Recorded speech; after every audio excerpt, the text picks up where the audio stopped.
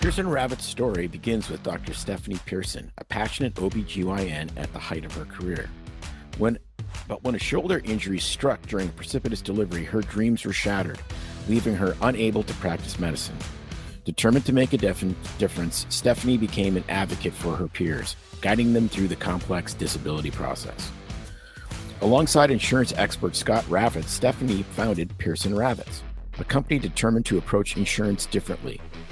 Together, they set their mission to educate and empower physicians to protect their most valuable asset, their income, and the most important people in their life, their family. Today, Pearson Ravitz serves the medical community in all 50 states. At Pearson Ravitz, they understand the unique concerns of physicians. Physician-founded and physician-focused, Pearson Ravitz builds human connections before they create quotes.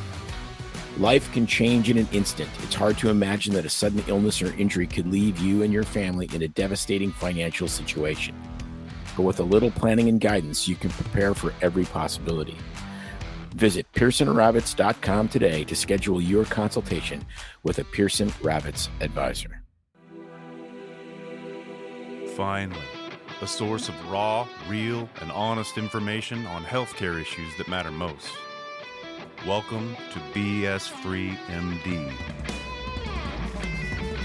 From the latest medical information to how to stay sane as a doctor or a patient, no subject is taboo, no BS is allowed. Now, let's welcome your hosts, Drs. May and Tim Hindmarsh. Doctors Tim and May, I'm really excited to speak to you both, and I think the best place to start is actually kind of getting an understanding of your backstory. So you both started off in primary care, family practice, but you've since moved away from that. And I think that story is very indicative, and it's a great story for people to latch on to get a much better understanding of why it's so hard for physicians to operate in the healthcare industry as it operates now. So I think it'd be great if you could just share where you started and then why you moved out of those primary care and family practice roles. I don't know who should go first, but I guess I can start. I think I made the leap first. You did make the leap first because you were, I don't know, probably smarter than me.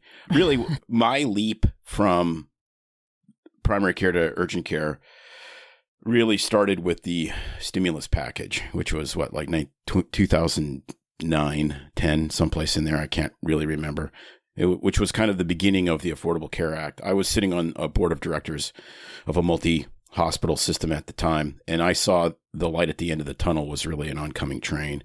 And that what was really mandated, it really started with the stimulus package, not with the ACA, was tons of box clicking in an EMR to get paid.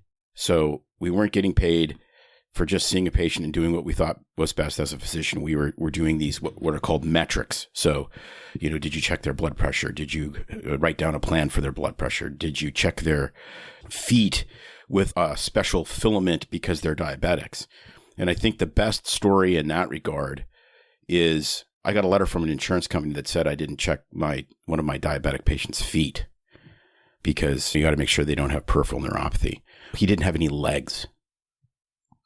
So at that point, I was like, okay, so I'm being mandated to do certain things based on laws passed by Congress, most of whom aren't doctors, and then implemented by insurance companies who have zero clue about my patients. And that's how I'm going to get paid and rewarded. And I was like, I'm done. I thought the story was a little different, but I could be wrong. I remember it because they also started having nurse managers follow up. So it wasn't just enough that we weren't ticking the boxes, but someone would actually sit and peruse through the chart after we'd seen someone to send it through billing and look to see if you did the right exam. And we do this now with medical coding. We'll have coders go through the chart to look to see if what you're billing for is documented. But back then, there was a new phenomenon. And I thought what happened was the nurse doing the coding or follow up. No, it was called the patient to ask if it was done or not. And I think yes, so I thought, but it was from the insurance company, and then I got a letter as well. And I think he kind of cussed them out and told you that he did because he was like, "Lady, I haven't had feet for however many years. What the hell is he supposed to do?" Kind of. I haven't had feet since the Carter administration. Yeah. So, and for me, I'll throw my transition from primary care into urgent care sort of story in there briefly. It's the same as Tim's, only I jumped ship before he did because he has more patience with that stuff. And it was a multifaceted thing that happened to me, but it was 2010 when I pretty much pulled the plug on family practice. We had as Tim said, the electronic medical record was starting, but it wasn't just that. It was basically exactly the same things, being told what to do.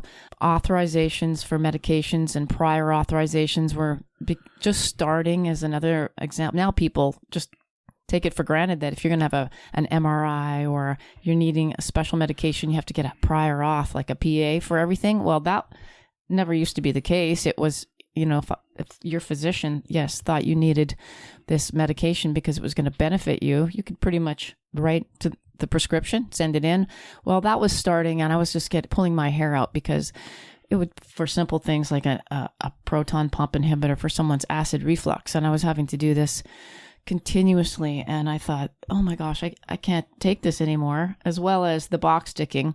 And I just said, if this is the way medicine is going now, like, get me out of here, because I just want to see people where they're at, treat sick people, and not have to go through all this regulated stuff. And so at the time, the way out was to go into urgent care because it just made sense from a practical point of view of how we were trained. As a physician, you're used to dealing with sick people, and I'm like, I'm just going to go into the urgent care side and see people where they're sick and quit managing these chronic conditions. I missed my patients, but it was just so onerous, I couldn't do it anymore. That plus I had this incident, and I don't know, at the time, medicine was quite different for women. There was no maternity leave. I had to actually quit my job when I left to have kids because there was no mat leave. So I give you the very brief rundown of what happened, but our son had ear infections frequently and he would get sick, and I worked part-time. So a couple of times I just said, I had to pull this kid out of school because he had this ear infection. It wasn't feeling good. The school called me up. I'd take him to the office. He was sitting there, and across the hall was another practice. We were kind of an H-shaped building, and there were some internists. So they're seeing older patients, and someone got wind of the fact that I had this sick 8-year-old in my office and complained to management. So management came in back then and said to me, you can't bring your sick kid to work. I'm like, he's not got a fever. He's got an ear infection. He's sitting in my office. He's not contaminating anybody. Plus, we got a waiting room full of sicker people.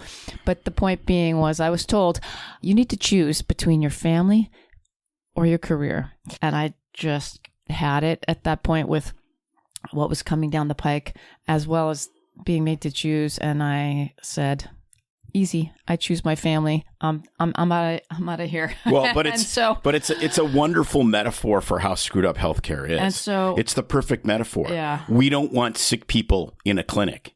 Well, then where the hell do you want them? Anyway, so for me, that was my escape. But Tim hung in there a little longer. I think you should tell him about, even what was happening when you're doing nursing home care, just with the mandates about, we have people that are in their 80s and 90s who are demented, and you're making the rounds, and you want to keep these people on as little medications as possible. At this point, I remember Tim came home and told me the story about how he was getting also reprimanded in the letter from insurance companies, especially Medicare, because you have these poor people. Some of them are bedridden, wheelchair bound, demented, with severe Alzheimer's disease. And he says, well, let's just stop the Lipitor. What's the point of being on Lipitor when you're 90? Yeah, cholesterol. What are you on cholesterol pills when you are completely demented, bedridden, and 90 years old? What are we preventing with your cholesterol pills? All we're doing is giving you side effects. And then I'd get crap from the insurance company because, well, didn't you know this guy had heart disease and he should be on cholesterol pills? And that's not meeting the standard of care. So you get punished by... And I'm like, yeah, but it also doesn't meet the standard of common sense. So we giggle about it now, but... Yeah, and you have to ask, how much does it even improve quality of life? Exactly. Right. It's contributing... Well, actually, it's taking away from his quality of life. The same thing happened to my dad. My dad practiced medicine for 43 years. And he had a bypass when he was 70.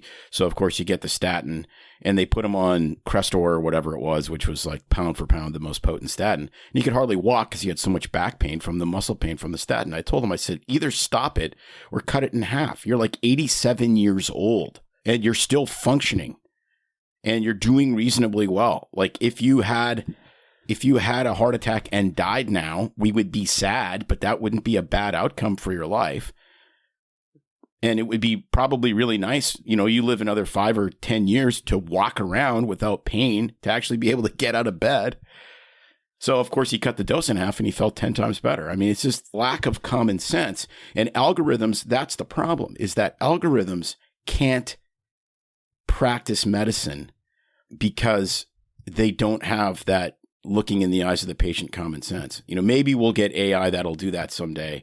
But I don't know. There's a lot that goes on that's unspoken that really is the art of medicine. Yeah, and it's these death by 1,000 cuts that really adds up to the demise of the family practice physician as we used to know it. And honestly, so when we worked in urgent care, we have a medical school here locally, we would get a lot of the family practice residents rotate over into urgent care for a month or so to do their rotation in their third year residents. And they look and they go, I'm in my third year family practice and it's depressing. It's just chronic disease management. I don't get to see sick people because I'm so busy ticking these boxes and just trying to answer the questions provided by the insurance companies. I can't really get into the meat of the issue with my patient in 15 minutes. Urgent care, at least, is a side where I can actually help people that are sick, or sports medicine would be another option that they would think about doing because they really, are seeing what's happening. And it's so sad because we saw very few people want to go into, once they're finishing their third year of training, realize that this is not where they want to be. And so they opt for other outs like doing urgent care or sports medicine, sub-fellowship in family practice, or anything but primary care. Which is but it really is sad. It is really amazing because when you're not focused on just doing these metrics and ticking boxes, it's fascinating what happens. I mean, I had a case that I remember. This is an urgent care patient. She comes in with, I don't know, some urgent care problem, a cold or something, or she twisted her ankle. It was, completely unrelated. And she was complaining about her weight or something. And then I can't remember how the conversation got onto her lifestyle habits. And this is a 10-minute visit. And I looked at her and I said, well, how much do you drink? Well, I drink a pint of hard alcohol a day. And I said, you need to do two things. You need to quit drinking and you need to eat a keto diet and you'll be fine. And you will get off all of your diabetic medications and I virtually guarantee you this.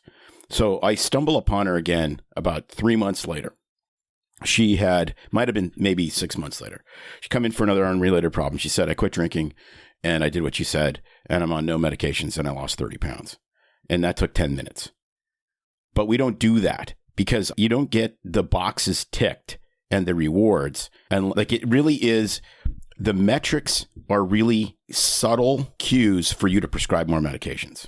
So if I have a diabetic patient that could be treated effectively with diet and exercise, but I need them to get to a certain goal of blood sugar control, and I know that I'm going to depend on their motivation to change their lifestyle to get to that goal, which is going to help me get paid more because I'm going to meet that metric. What are you going to do as a doctor unconsciously and then consciously? Are you going to continue to see that patient and coach them and try to get them to do what actually makes the most sense, which is to change their habits and ultimately change their metabolism, ergo having appropriate blood pressure control? Or are you going to give them more pills so you can get a quick result and get their blood sugar to where it needs to be so then you meet the metric? It's clear what's going to happen. You're going to prescribe more medications. We screen every single person, even children, for depression. What happens? We wash the entire society in SSRIs, drugs that have very little evidence of doing anything good and do have some reasonable evidence of doing some very bad things like suicidality. So the system is set up through government bureaucracy, insurance company bureaucracy, and pharma influence to funnel people to the pharma industry. And it's 100% true. I mean, I sat on the board of directors of a 6 or 7 hospital system. I sat on the pharmacy and therapeutics committee. our quality assurance committee. I saw how all this stuff works.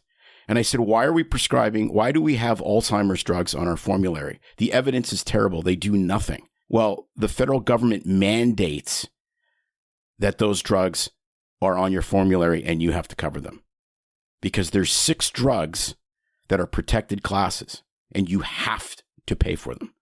And one of them is neurodegenerative drugs. And that's even with a lack of evidence? Well, no, it's not even a lack of evidence. It's evidence that sucks. It's evidence to the contrary.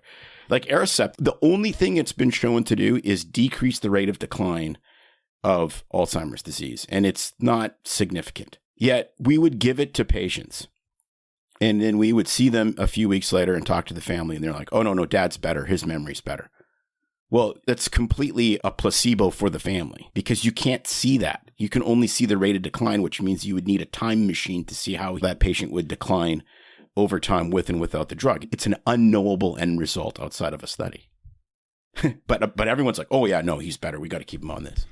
May, I want to first go to your point about it. Like, it's totally understandable given your circumstances and your desires as a physician, why you ended up getting out of primary care and going over to urgent care. Just the box checking necessities of your day to day. That does not sound like a necessarily rewarding part of a physician's job. So it totally makes sense as to why you'd want to move out of that and just start treating sick patients who you can help without the obligations of all that red tape. And then, Tim, to one of your points, I just wanted to point out, like, the placebo effect is obviously a very powerful tool, as I'm sure you've seen. But yeah, is that worth requiring a class of drugs to be on a formulary? I don't know. It's probably a question that's a bit beyond me, but it kind of leads into the fact that a lot of decisions, and I think this is underappreciated, a lot of decisions about people's health are sort of dictated by not physicians, right? You talked about prior authorizations. You talked about the box checking activities you have to go through from the insurance company. The insurance company is who's paying physicians. That's basically corporate practice of medicine. I mean, it is, but it isn't, where medical decisions are being made by not medical doctors because they're saying, hey, doc, if you want to get paid, you need to do X, Y, and Z. You need to check these boxes, even if those are not necessarily driving best patient care. Is that a fair assessment to say how at least like the primary care part of the industry is operating in this country? That's a very fair assessment, at least in primary care.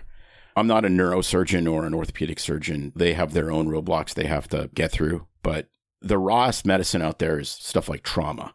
We do a really good job of taking care of people that are super beat up, very, you get in a car wreck or a motorcycle crash, or you're acutely ill with, meningitis or something like that. I mean, our healthcare system is really great at doing those things. And that's great. Like, you want to live in a place where if you fall off a mountain, they'll pick you up with a helicopter and put you back together.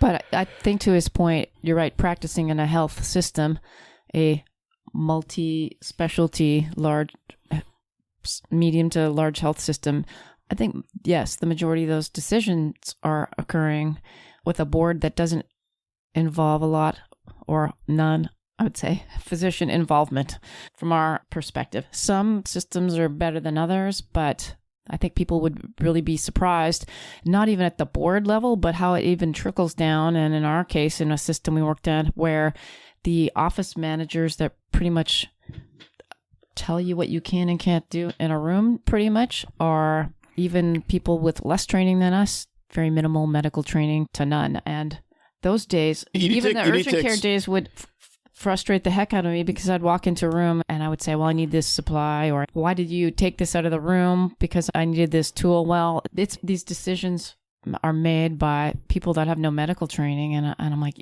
this No, you got to be fair though, May. Some of the decisions are made by people that have no medical training, and it's important. Not all. That's what I said. Yeah, it's important to understand the narrative. It's stuff like, we really get nervous when somebody comes and sees the least trained person in the office, and also the person that gets treated the most poorly by patients, which is the front office person. Okay, front office people have no medical training, and yet we'd have front office people that had been promoted telling us, well, no, you can't triage a patient this way. And it's like, no. It's my license. If I miss a stroke, the entry-level employee doesn't lose their job. I potentially get sued and lose my ability to feed myself. So, no, you're damn right I'm going to get upset when somebody calls in with something that's actually sounds serious and we're like, get them on the phone. I'll talk to the patient. We'll send them to the ER. We'll call an ambulance for them or whatever. And they're like, no, we'll just put them on the schedule for 3 hours later. And stuff like that was actually happening. We've met a ton of people on the podcast, and it isn't like it's just where we live. It's absolutely everywhere. I mean, this is not unique. Our experience is by no means unique. Our experience may actually be better than from a lot of people, but we've talked to people from all over the country, and they're like, yep, exact same thing. That's why I'm doing integrative medicine, or I'm a health coach, or I work for an insurance company, or whatever the case may be. Because seeing patients, which is what I went into medicine to do, has become so egregiously painful that I just can't do it anymore. It must be incredibly frustrating to not be able to practice medicine in the way that you know is best for your patients, because you're basically being handcuffed by the rules of the industry. And then those rules being enforced by people who don't have the same level of medical training as you. Like, it's totally understandable sort of hearing that sequence and understanding how you ended up where you are now by sort of removing yourself from that infrastructure. I'd love to move on now and kind of shift gears to talking about lifestyle factors. One, first getting both of your opinions on like how influential lifestyle factors are for overall health and managing chronic disease states. And then if those lifestyle factors or lifestyle changes are as influential as they're purported to be, why is there not a bigger emphasis put on people changing lifestyle factors and those lifestyle modifications? Well, I mean, how influential? It's for chronic disease, it's almost everything. Yeah. I mean, we have gone way down the wormhole in the last 3 years since we started our podcast with people that are exclusively vegetarian, people that are exclusively carnivore, people doing keto, physical trainers, on and on and on and on. I mean, that's it, right? You have to move your body. You have to train yourself metabolically by what you eat. That's it. I mean, that's the best. Even though I hate calling food medicine, that's the best medicine in the world for most chronic illnesses. Then there's toxic exposures, avoiding toxic exposures, which is a whole other, wormhole as far as, are we giving too many antibiotics, these kind of things, which cause other downstream issues. Getting enough sunlight, drinking enough water, actually consuming enough salt, believe it or not. There's a lot of stuff out there that makes a massive difference. The problem is that you need engaged physicians and engaged patients. And most patients have been trained to, isn't there a pill? It's like, there's an app for that. Well, there's a pill for that. And I'm like, okay, you are suffering because you are 75 pounds overweight. You have a high A1C, your blood sugar is maple syrup, and you have a blood type of gravy. And so you're going to be in pain. You're going to suffer for these consequences, or you're going to suffer a little bit every day as you change your lifestyle habits, and then you're going to feel amazing. So pick your pain, pick your suffering. The thing that I was going to just hop in because Absolutely. The thing that comes to mind for me is two different things. One, the first is that, so we have a recording, it's not out yet, but with an endocrinologist who, it just blew our mind when we interviewed her. We talk about, because she specializes in diabetes care and reversing diabetes, getting people off their medications, reversing their type 2 diabetes through diet and exercise and hormone balancing and getting people off all the stuff. This is rare in medicine because usually when you send someone to the endocrinologist at this point to help manage that, it's, well, how do we layer on this medicine and the insulin injections with this new medication, and how do we off pretty much 99% of the time you're just getting more medication, and it's kind of like fine cooking and how to balance all of that.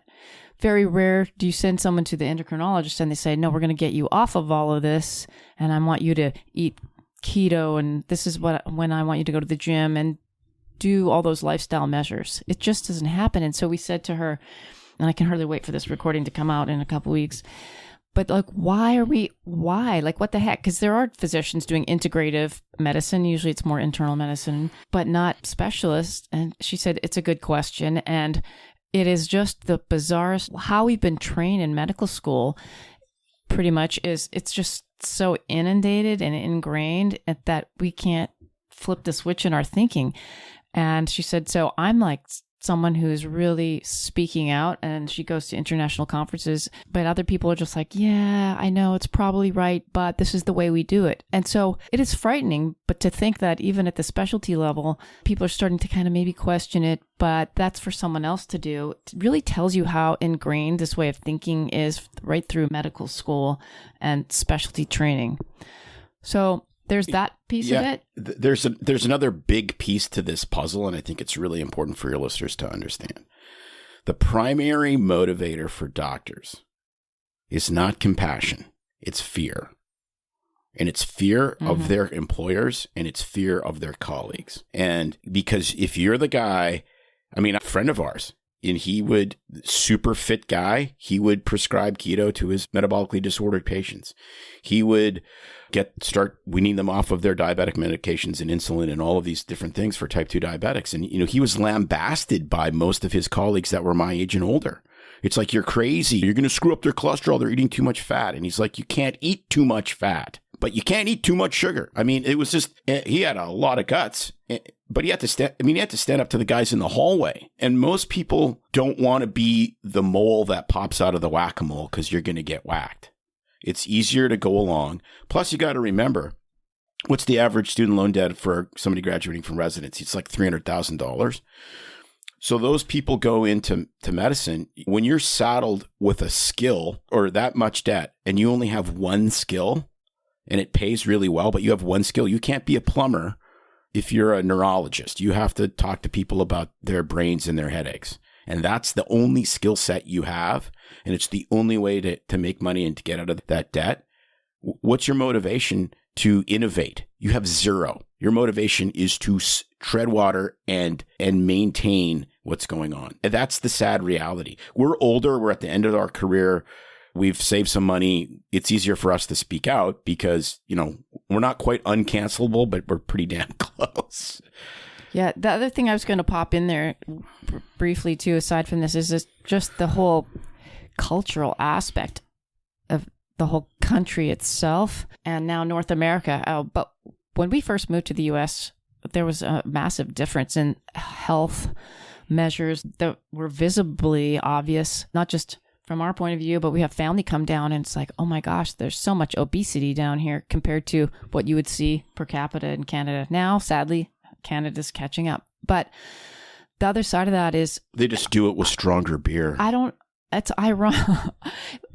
The big thing is it's so ingrained, I think, in the North American, I'll say, society now, all these little things of lifestyle that just to hone it down to, well, why can't medicine do a better job? It's so beyond that because we see the commercials, the advertising, direct-to-consumer advertising for drugs on TV. I mean, start in the schools, you see the soda machines and the vending machines with crap, which would always blow my mind, to every corner in every small town. It's got the drive-through McDonald's or the Taco Bell. We don't exercise the same. The programs at schools get cut for PE. In fact, activities throughout the U.S. have changed and are different. Our whole lifestyle just doesn't even reflect a health-based model culturally. And it's been this way since we've been here for the past 30 years. So I think that's a big part of it, is not just saying, well, why can't medicine fix this problem? I think we have to culturally look at our country and North America and go, well, why are we so unhealthy? Like, how are we eating? What are we doing to the food? How are we growing our food? Why are our kids not playing outside? Now that we have electronics, it's even more fun to stay inside and sit there and nurse the electronic nipple and put your kid in front of a little monitor and instead of playing. Hey, don't knock electronic nipples until you've tried them. But you know what I mean?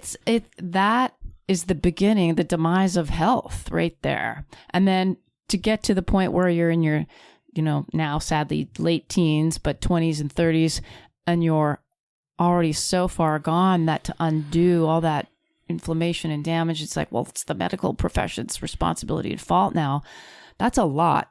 So that's, from my point of view, two different things going on, is kind of this ingrained method of thinking backed by pharma and heavily funded, and also our whole cultural view. Yeah. So you both made very interesting points there, sort of about the environmental factors of Tim, you were speaking more about physicians operating out of fear from sort of the medical institution, and I want to come back to that.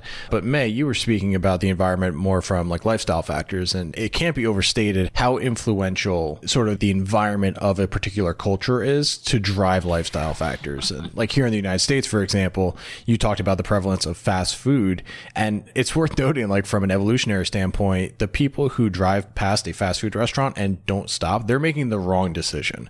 Like from an evolutionary standpoint, to pass up readily available calorie dense food, it's right there. Our ancestors would be rolling in their graves. Like for how hard they had to work, it's the wrong decision to actually pass up on that type of food opportunity and go home and cook something healthy, less calorie dense, things like that. That's actually the wrong decision. So from that perspective, the prevalence of fast food in this country, it's certainly not helping out. So the food environment is certainly one thing.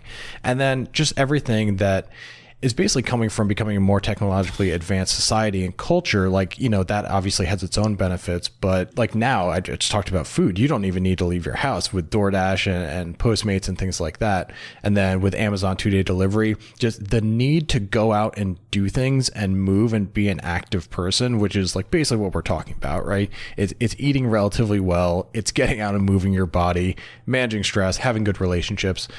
But the downside of having this very technologically advanced culture that we're certainly evolving into is like we're becoming lazier, and you need to work harder and harder to do the right thing for your lifestyle. But the culture and the environment of our country is certainly not driving us towards that particular outcome. So like the inertia you have to move against to be healthy in this country is certainly harder than it is in other places.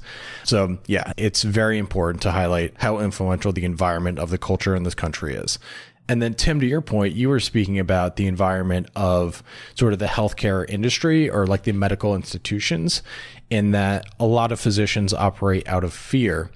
And feel free to correct me if I'm wrong, but I think in medicine, there's a very much a mentor-apprentice type of relationship all the way from medical school through residency and even beyond as you kind of continue to grow as a physician.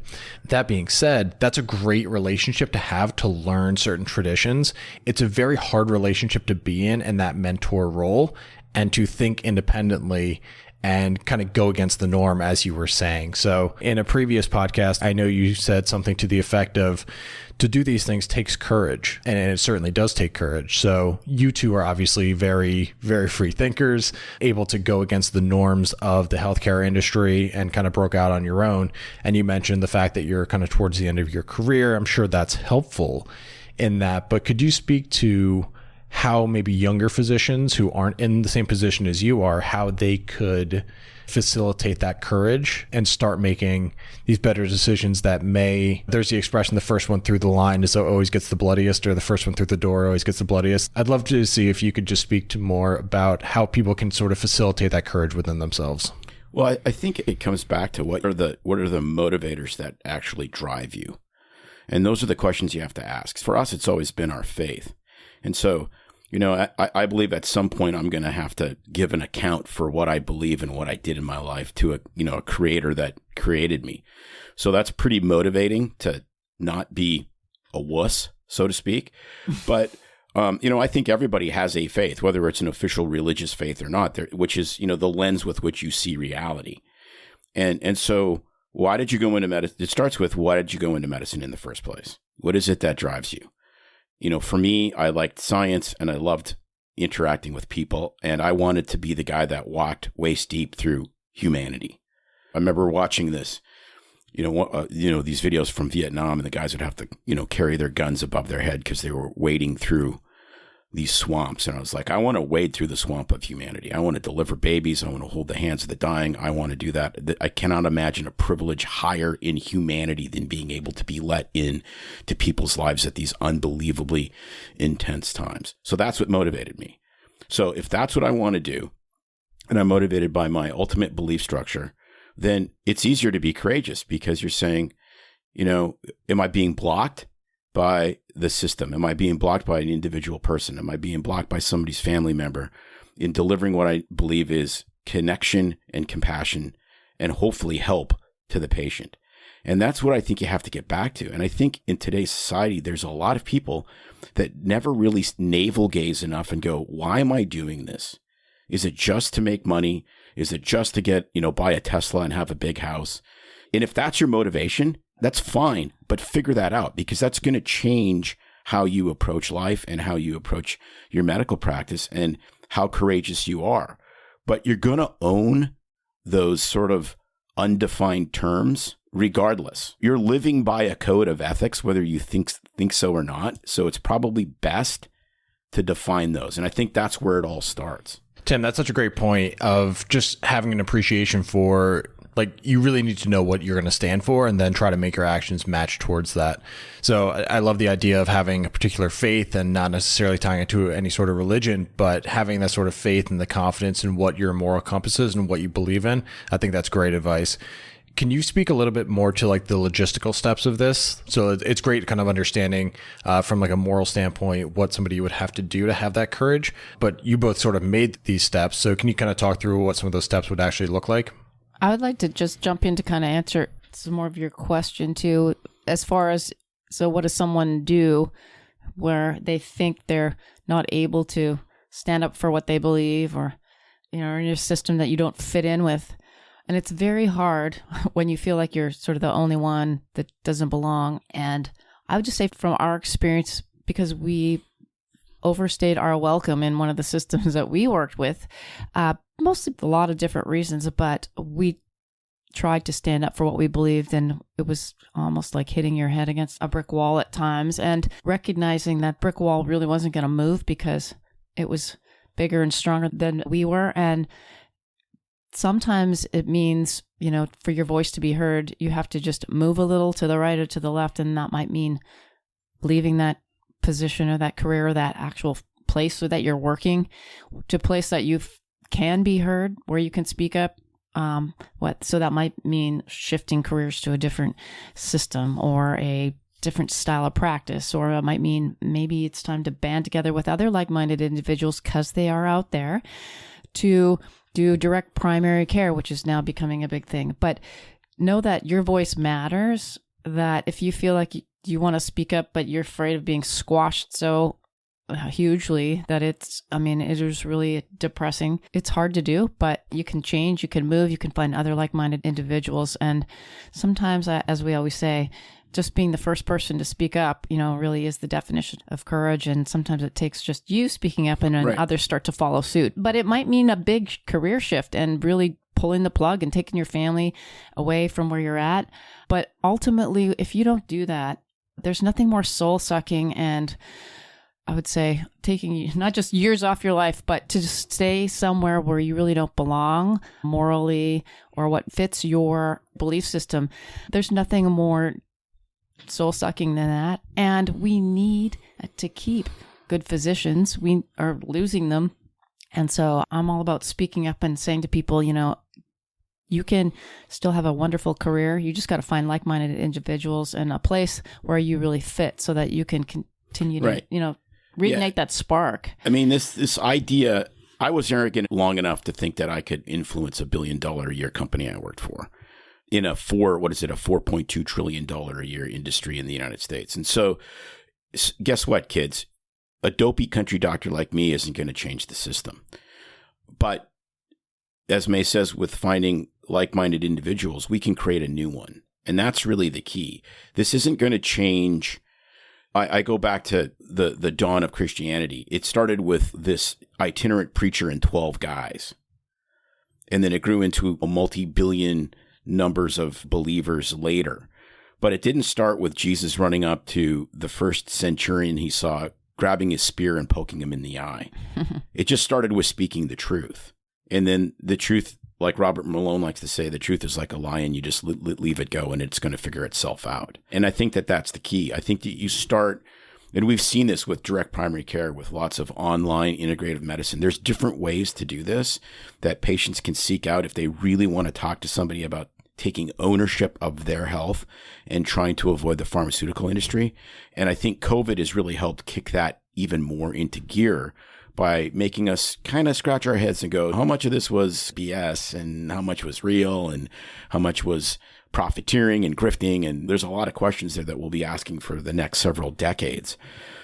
And now I'm thinking, gosh, with social media, there's so many physicians online showing the world what they do in their practices. So they're everywhere. They're on YouTube and Instagram, and you can, as a patient, say, hey, do I connect with this person? Do I believe what they're saying? Does this align with my values?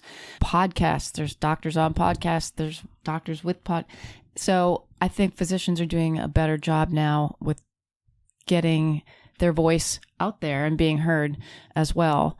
So that's, I think, another way to speak up and find physicians that align with your values, so that it makes it easier to be a bit more courageous and not feel alone. And same for patients, to be able to find healthcare providers that line up with that.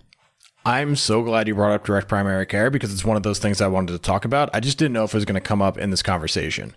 So I think direct primary care is actually one of the very promising models to move our country forward in a more, I guess, like cost efficient way. And that's also going to drive better health outcomes.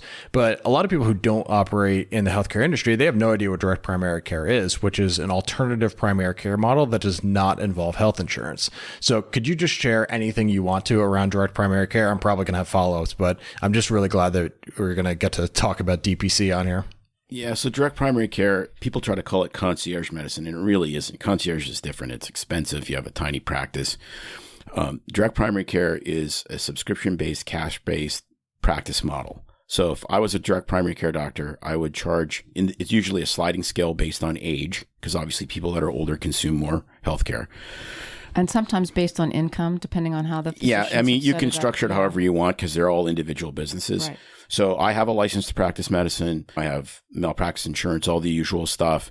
And I charge patients a subscription fee of, say, $75 or $100 a month. And then it's open season on me. You get my direct phone number. You have recurrent bladder infections. I know you. I see you regularly. I call in a prescription. You don't have to be seen. You need to be seen. Oh, you need stitches. Your kid needs stitches because he fell off the monkey bars. No problem. Come in. We'll take care of you. The physicians that do this have a wildly high satisfaction rate because they see less volume, but higher quality. The interactions with patients are amazing because you can spend essentially as much time as you want. But patients are thrilled because they always know they're going to be able to talk to their doctor. And so they're paying maybe 2 co-pays for most people to have a subscription where you're one of 300 to 500 patients that doctor sees.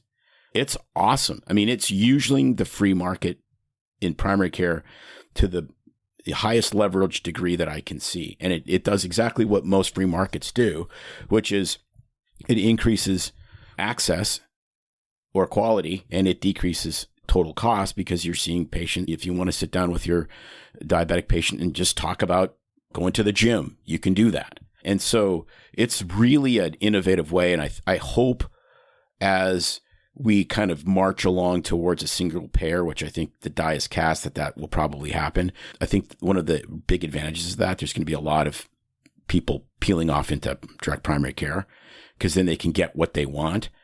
And then they'll let the government cover their expensive stuff. If you get lymphoma or a heart attack. And that's the downside of direct primary care. You need backup insurance. You need something so that if you have a catastrophe, you need a high deductible plan. So if you have a catastrophe, you're covered for your, cancer procedure or your bypass or those kind of things. So I used direct primary care for a few years, and I paid anywhere. I just want to give some concrete numbers so people can wrap their heads around it. I paid anywhere between $75 and $150 per month. And for that, you get a very straightforward list of services included, like you said, Tim, unlimited access to your physician. But every DPC practice will have their own package that they essentially offer because, like you said, it's a private business. So they operate it however they want to. They're not really beholden by the rules of an insurance company, for example. But one of the really interesting things about direct primary care is they have that sort of set income coming in, so they don't have to take on as big a patient panel size. Can you speak to the difference of what a general primary care physician patient panels would look like versus, you said 300 to 500 is general for direct primary care. So people have a reference 300 to 500 patients. So that's why they can spend more time with you. Can you just speak to how many patients a insurance-based primary care physician might have? Gosh. Well, when I was like back in the old days, this would have been back in the early 2000s, they had really no really good way to count, measure, yeah. but I think I was way over 2,000 patients. I think now it's between 2,000 and 3,000. Yeah, well, it isn't. It isn't. They usually cap people off at 11 to 1,500 because it's impossible to see people and do the metrics and kind of make money. I think it really depends on where you're at, what size of a system, the population base. If you're obviously somewhere rural, you're in South Dakota, it's going to be a lot less. But if you're in a major metropolitan area and say you're just inundated because there's hardly any primary care, they're going to try to push more on you. And I have seen some where people are up to trying to get them to take up to 3,000. Yeah, but that is very rare. I think it's usually right. around it's closer to under 2. Oh yeah, no, it'd be closer to 1,200. Yep. So realistically, I have a friend, and he was a former actual medical student of mine, and he's a very successful direct primary care physician, and I think he's close to 600 in that. He's right. That's absolutely that's for DPC. We were talking about the typical model. So it's 100% difference. Yes. Really. Okay, that's really helpful. That's really what I was looking for, which was to give people concrete numbers of understanding how many patients a typical primary care physician is seeing in an insurance-based model versus a direct primary care model, and just having those numbers, right, decreased by at least a factor of 2 generally. So the DPC doc is just going to have way more time to spend with you to try to make you healthier or to work on your chronic conditions, whatever the case might be. And another one of the benefits that I think is really underappreciated about direct primary care is the fact that, you know, with any DPC model, there's going to be certain things that are included in your, say, $75 or $100 per month. But if there's additional things beyond that, there's a very clear like cash pay price. You know exactly what you're going to pay. So the pricing transparency is another huge benefit in direct primary care that is just completely missing in the insurance-based model, because it's all based on plans, negotiations, things like that, where you usually can't get a concrete number before you get a particular procedure, service, test, etc. Tim, one of the things that I'm concerned about, maybe you can speak to this, or one of the questions I had is like, there's obviously a shortage of healthcare workers right now. And then kind of going from, I love the direct primary care model, but a concern is that obviously going from traditional primary care down to, and if you're pulling people out of that traditional model into DPC, going with smaller patient panel sizes, is that only going to exacerbate the physician shortage? No, yeah, of course it is. There's just no way that it can't. It's impossible. It's just the laws of supply and demand. Although if the patients are going along with them, then... Yeah, but you're going to have a practice of 4,000 patients, that's a DPC practice of 4,000 patients, which is great because now you're making $3 million a year. But the bad side is you got to try to take care of 4,000 patients, which is impossible. Yeah. So, of course, it's going to exacerbate. I mean, family medicine is the number one highest recruited job. It's the most in-demand job in the United States of any specialty. But this is not a surprise. They've been driving people out of it. And so why would you become a primary care doctor when you can do an extra 2 or 3 years of training and go into GI and make 3 or 4 times as much money? And, you know, you do hospital call and all that, but it's scheduled and you're not ticking a box all day. I mean, the single most disruptive thing that's happened in healthcare in the United States, easily by a mile in the last 10 years, was the electronic medical record. Ask any doctor, they'll always tell you that is the single biggest frustration they have. And that should be the simplest thing to fix. I believe this is going back to something you said very early on about the stimulus package. When you said that, you were talking about the stimulus package to get EHR for practices to adopt electronic medical records. Is that correct? Correct. Right. Okay, great. Just for backstory for anyone who's listening, in the early 2000s, I think it was 2002, the government mandated that medical practices start transitioning from paper records to electronic medical records. The idea was being that if you get health records electronically, it's going to be easier to share and share the medical records amongst different providers, so better coordination, better outcomes. That was the goal of all this. Interoperability is the official name of it. So that was the goal. But the amount of work and effort it takes to get all paper records turned into electronic medical records is a huge lift. So in 2009, the government paid or put a bunch of money up in the form of a stimulus package to get these practices to actually switch over to electronic medical records or electronic health records. The goal of interoperability has not gone well since then. It has just not had that desired effect. There are many financial incentives sort of pushing against that, and sort of siloing patient data is a bit of a nefarious way to keep people in a particular network or on a particular system. So it has not had the desired outcome that was intended. Are there any technologies that you're sort of excited about, or you think they're actually going to help ease the burden on physicians, as you've alluded to? No, exactly. And it should be easy to fix. That might be one thing that AI fixes, which is you get a good enough AI where I can just walk into the room and talk to the patient and the AI produces the note and I read it and sign it. I know there's products that do that now.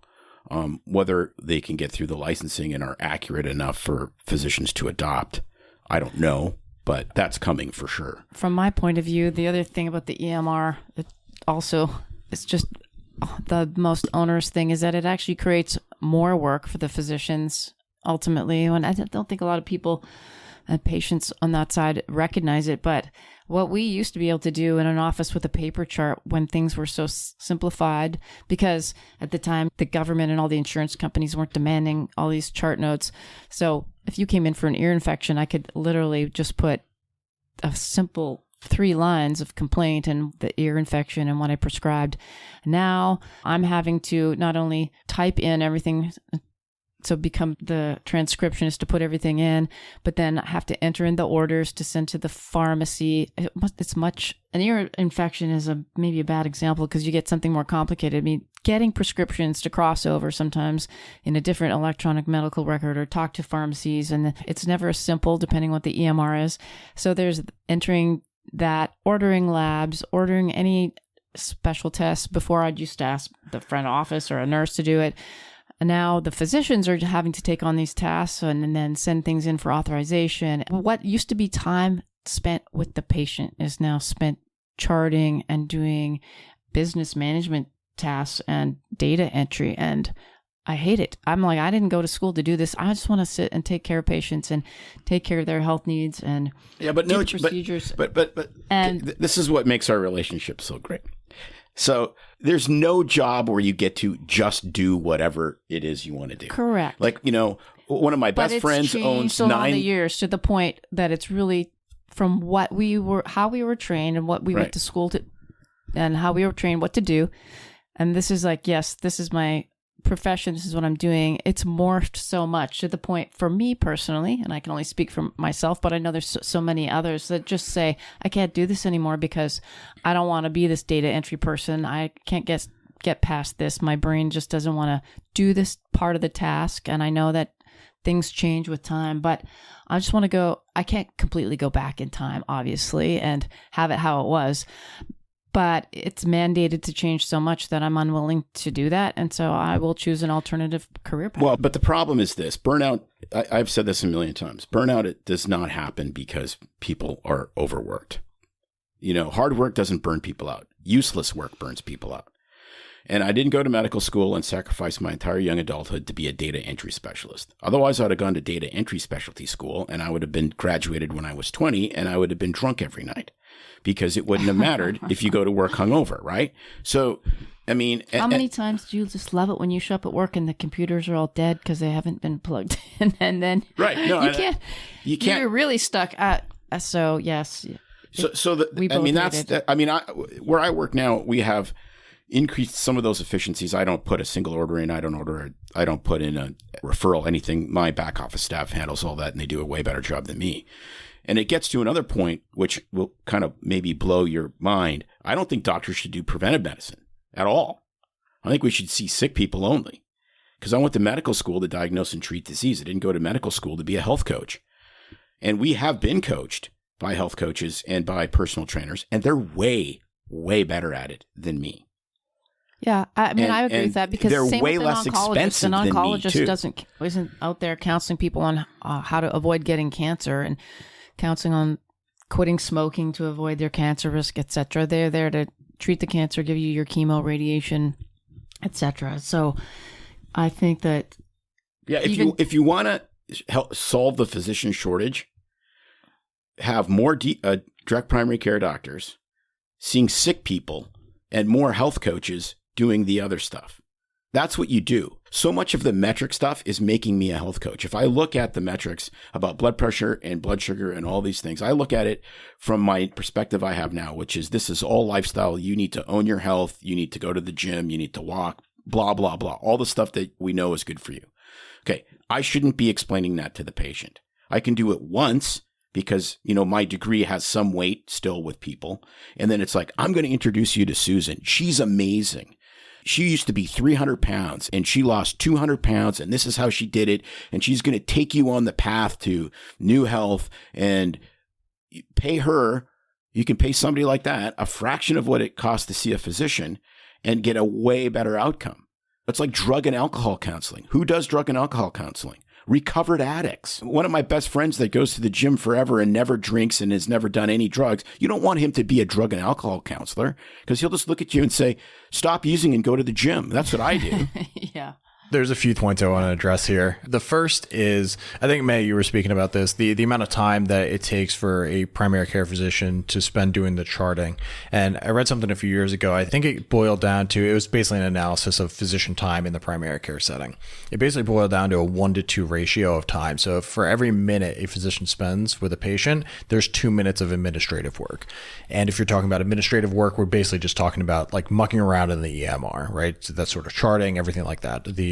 All the box checking activities that you guys have talked about extensively on the show so far. So I think it's always worth mentioning to people, for patients to understand, physician, they do want to spend more time with you, but just understand, for every minute, there's 2 minutes of back end work tacked onto that. So it's very easy to see how the inefficiencies add up in our healthcare industry with that sort of ratio. And then Tim, to your point, I agree with you. I think it's a great point that the obligation of preventative care to be on medical doctors, probably not the right place. There's this idea in the healthcare industry or within licensed healthcare industries, of people practicing at the top of their license. And for a medical doctor, trying to get people to make lifestyle changes, probably not the best use of their time. They're definitely not operating at the top of their license, as you mentioned, when there are all these great ancillary services from dietitians, personal trainers, health coaches, etc., who, one, are going to be cheaper, but two, are also going to have a lot more time. Like we've talked about the time constraint so often today. The fact that a doctor only has so many minutes with you, they can't keep hammering you on your lifestyle factors.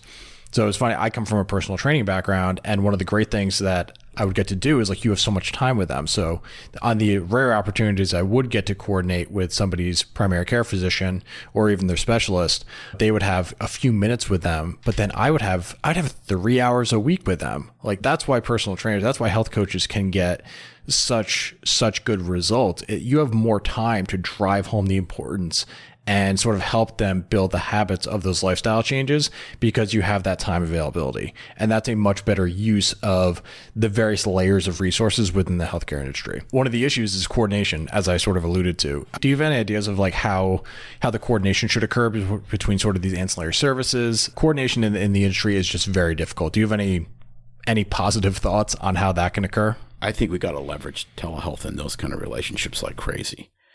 I mean, the fact that you could have an ancillary provider like a physical therapist or a personal trainer see a patient and then potentially build a health plan, a treatment plan that's non-pharmaceutical, and then send it to me would be massive.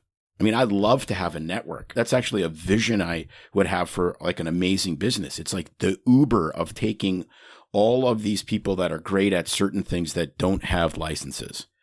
You know, whether it's personal training, whether it's, you know, hormone replacement, and it's somebody that has a license in a different state, and you could just network your patients to these other people that have more time and more specific skills in a certain area, and then they dovetail that back to the provider. That's the world where you could really leverage everyone's knowledge, and that's really what we're talking about. Yeah, I agree, especially now in the days of being able to do like telehealth, Zoom meeting, multi-meeting. Absolutely. I think networking that way is the way to go. You know, you have an app on your phone and it's like, what do you want to do? I want to lose 35 pounds. Okay, you hit that button. And then it goes out and it hits a bunch of different people that have different skills in personal training or whatever. And then it goes back to your doctor because, you know, maybe there's medications that need to change. There will be medications that need to change as you become healthier. And then I don't know how many physicians would be adopters. I don't know how many health systems would adopt that. Yeah. But really, when you look at what's supposed to happen with the medical home and all of that kind of stuff, that's exactly what it's supposed to be. is a coordination of all of these different levels of care. I totally agree with that. Even if health systems aren't necessarily going to be adopters of that, I think it's important for people to understand that's how that sort of coordination should work. At least it's good to understand what the best case scenario is, and then maybe we start reverse engineering back from there to try to make something viable. So that's largely what we're trying to do. We're starting in the remote patient monitoring space just because we knew we needed to get into the medical side first, but we run everything through the patient. So the patient owns the data, the patient's in control of who they add to their care team, who they share their data with. So that can be a care manager, that can be a nurse practitioner, physician, whoever it might be. But then on the other side of that, they can also bring in their dietitian, their personal trainer, their chiropractor. So normally that coordination would be impossible because some random dietitian's not going to have Epic, right? They're not going to have an Epic EHR. They can't afford it. So by putting the data in the hands of the patient, they can sort of make the team that they need, sort of healthcare team that they need. And they're not going to be blocked by the typical barriers of, oh, they're not in our health system. They're on a different EHR or whatever might be tied to their insurance is tied to their employment. A lot of those normal barriers. So that's largely what we're working towards. But obviously, putting more it's a double-edged sword, right? The patient having more responsibility is a great thing, but at the same time, the patient has more responsibility. For sure. Well, plus you need an engaged patient, which is always my biggest frustration. And not everyone is able to do this. We have people, you see somebody with an IQ of 90 that has never been engaged in their health and smokes 2 packs of cigarettes a day and drinks 16 beers a night. And that's a tough nut to crack. Mm-hmm. That I completely agree. It's a great point. If the patient engagement isn't there, it's going to be really hard for any significant change to happen from a healthy outcome standpoint. All right, you can lead a horse to water, but you can't make him drink. So to start wrapping up, I do want to make sure I get you out of here on time. I'd love to hear, if you couldn't have been physicians, what else could you have seen yourself doing in this world, given your skill sets, given your sort of moral compass? Are there any alternatives that you could have seen yourself doing from a career standpoint? Well, probably exotic dancing, but that's clearly, if you look at me. Yeah, clearly. There you go. Man, for me, my interests were all over the place. And actually, it's funny you asked that question. So I've asked my question that a lot lately, just because I'm kind of going through a career rewiring here, what I'm going to do with my life. But I had a couple different things. I was actually very good in classical music and wanted to go study music. My mother, being a person who never got to go to university, actually my mom and my dad didn't attend secondary higher education. So she's like, what are you going to do with a degree in music? How are you going to make any money? I think, medicine's a better way to go. I also had a lot of interest in just world travel, and I kind of wanted to be a travel agent. Back then, everybody had a travel agent, and I went on a bunch of trips in high school. I was really privileged to be able to do travel club, and I went to Europe when I was 16, and then again when I was 18, and I loved just what the world had to offer. And so, I thought about being a travel agent. Actually, first probably doing the high school student exchange program, and then I wanted to just travel and see what the world had to offer. My dad was a pilot, and I thought of that as well. I love flying, but it was you're not going to make any money being a bush pilot up north in the middle of Canada. Forget it. So that's kind of where my brain was. I'm like, all these different avenues, but medicine called, and there was a lot of pressures from my family to go to university, push my intelligence to the limit, and that's all I'll say about that. You married me, so you're obviously pretty smart. It was like, don't settle for what they looked at as lesser things. And I'm not saying that anybody that did those things are lesser. It's just there was a lot of family pressure for me. But that's kind of where my interest lied. You go ahead. You share what you would have done. Well, I would do something. I mean, it's super hard to answer that now because I have to go back into my 20-year-old or 18-year-old brain. Yeah, but just pretend you were back when you were 18. What would you do? I always thought of doing business and probably in an advertising agency because I love the creative side. I thought you said you wanted to be a high school history teacher. I would have ended up being a high school. That's where I would have ended up. But as far as what would have been really cool, I think some of these ad campaigns that these guys come up with when you watch television are there's stuff that's just unbelievably terrible. All of those are drug ads. They're entirely horrible. But then, think outside the bun. Who came up with that for Taco Bell? That's just genius. I love that kind of creative side. And that's kind of the direction that we're going now. Is I've sort of done the sciencey big business side of the world. We love doing the podcasting, and ultimately it's because it's creative. Yeah, I guess I'm a free spirit. I don't know, or I was. Yeah, I can totally see how kind of living your entire life on the very science, logic-driven side of the industry, that you're both now sort of leaning towards more the creative side, definitely in the form of the podcast, the various podcasts that you host and your guests on. Yeah, so I can totally see how you'd want to sort of balance it out, or you have a desire to balance it out on the creative side now. Personally, for me, I didn't realize how much I was going to enjoy podcasting and how much of a creative endeavor it was going to be, but highly enjoyable to this point. So I can definitely appreciate that sort of desire for balance from that perspective. Can I get some closing thoughts from both of you? And it's very easy. And if you probably look back in this conversation, it was all like very, very negative. It's so easy in this industry, or the healthcare industry, to just point out, be like, here's something wrong, here's an inefficiency. So do you have any like positive closing thoughts that we can kind of leave people with? Is there like things where you feel more encouraged about the direction we're going in this country from maybe an industry standpoint or just a health outcome standpoint, things that we can leave people with on a positive note, I think would be a nice way to wrap things up. Well, I think that, especially with after having gone through COVID and with now telehealth opening up, like I mentioned earlier about social media, there's so many different platforms and places for people to find healthcare practitioners, doctors that are showcasing what they believe, physicians stepping outside the box. I think we're just starting to see the beginning. And like Tim said, with new artificial intelligence kind of coming out in technology, that we're at the bottom of the valley right now, but I think things are going to start to pick up. I think patients and people that are looking for healthcare providers should be encouraged, because you can start to see what people believe. You can start to have choice. There's direct primary care is starting to take off finally. There's a lot of options now. And I think that is going to be more patient driven, and demand is going to drive prices down and provide more opportunities. So I think the old way of doing things will always be there in the big corporate model, but I think people have choice, and to really take advantage of that and find someone you connect with in the medical world.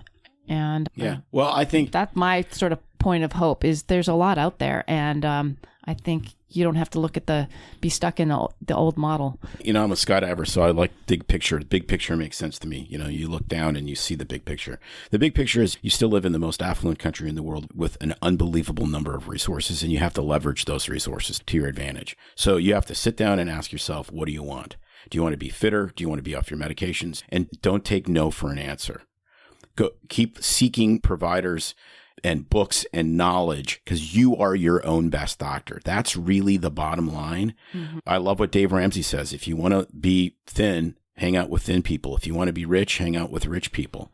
And it sounds terrible, but don't take advice on diet and exercise from a morbidly obese physician. I think that's a really bad idea. There's lots of really fit people out there that practice medicine. How did they do it? Because they clearly believe in something that's working. Seek those people out. And you might have to be willing to spend some money on your health. There's nothing wrong with that. I think that the healthcare system should be there. So when you're really sick and you need a bypass, or you need chemo, or you need for lymphoma or whatever, it's there. It's everything else really needs to be up to the patient, and you are in a resource dense place to do that. You don't have to pull into the McDonald's drive-thru. You can look up some of these, especially some of the people that we've interviewed, that will really help change your life. I think those are great messages to leave people with. I'm very happy to conclude sort of on those notes. And yeah, I think it's so important to find people. And, in today's day and age, there are so many more resources available to people on social media, to people on YouTube, healthcare providers readily sharing information. So access to information should not really be the issue. Finding reliable sources of that information is probably the bigger issue today than actually finding the information. One of the goals of this podcast is to do just that, find subject matter experts and facilitate a conversation that's hopefully helpful for people to latch onto an idea or a concept and be like, all right, this can be sort of one of my trusted sources in the health space. So I think there's a lot to be encouraged about as far as the direction we're going. And then Tim, also like you mentioned, is a great place. Of everything we talked about, it's so easy to rag on the healthcare system, but it all still, like, even with everything that's wrong with it, it still kind of works, which is remarkable. So any improvements are just going to make it better. And I think it's very encouraging to think about. You two are both great guests. I'm sure we could have talked for 2 or 3 hours if we had the time, but I think this was a great conversation, really fun for me. Great to hear from both of you. And I really appreciate you coming on, and it's been a pleasure to meet you. Thanks for having us. Now, a final word from our sponsor. At Pearson Ravitz, they understand that life can change in an instant. It's hard to imagine that a sudden illness, injury, or catastrophic event could put you and your family in a devastating financial situation. Physician-founded and physician-focused, Pearson Ravitz builds human connections before they create quotes. Visit www.pearsonravitz.com today and embark on a journey of safeguarding your future. It's no secret that medicine is a bit uptight. That's why Tim and I created BS Free MD, to mix things up a little and have fun in the process. Besides, we are having these exact same discussions all the time, so we thought we might as well invite everyone to the party. If you really like us, you can get plenty more and maybe see one of Tim's cool tattoos on our Instagram or Facebook pages at BS Free MD. See you next time.